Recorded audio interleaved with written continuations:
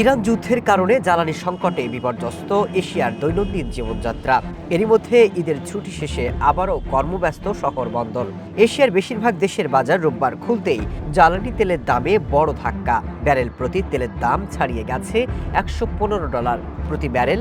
ব্রেন্ট crude বিক্রি হচ্ছে $115.84, যা আগের তুলনায় 2.09% বেশি। ভবিষ্যৎ হোক নিরাপদ, বিনিয়োগ হোক বিশ্বস্ত, আর আমার পছন্দ সল্ট বে। ওয়েলকাম টু সল্ট বে।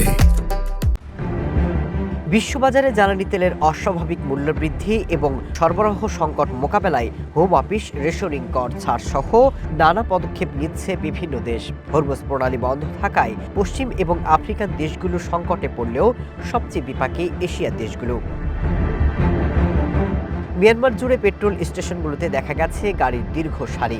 ঘন্টার পর ঘন্টা অপেক্ষা করতে গিয়ে অনেকেই অসুস্থ হয়ে পড়ছেন। ভারতের দোকানে দোকানে ঘুরেও মিলছে না সিলিন্ডার। আর যুদ্ধ শুরুর পর থেকেই জ্বালানির সংকটে নাজেহাল বাংলাদেশ, পাকিস্তান, শ্রীলঙ্কা, মালয়েশিয়া, ইন্দোনেশিয়া সহ এশিয়ার বেশিরভাগ দেশ।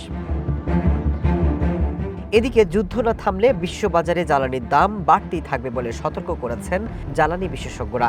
বর্তমানে যে ভয়াবহ জ্বালানির সংকট তৈরি হয়েছে তা ইউক্রেন যুদ্ধের কারণে দেখা দেওয়া সংকটকেও ছাড়িয়ে গেছে।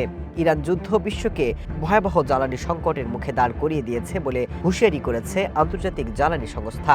এরই মধ্যে ইরান সতর্ক করেছে, সংঘাত অব্যাহত থাকলে জ্বালানি তেলের দাম $200 পৌঁছাতে পারে। Masud Rana, one international desk.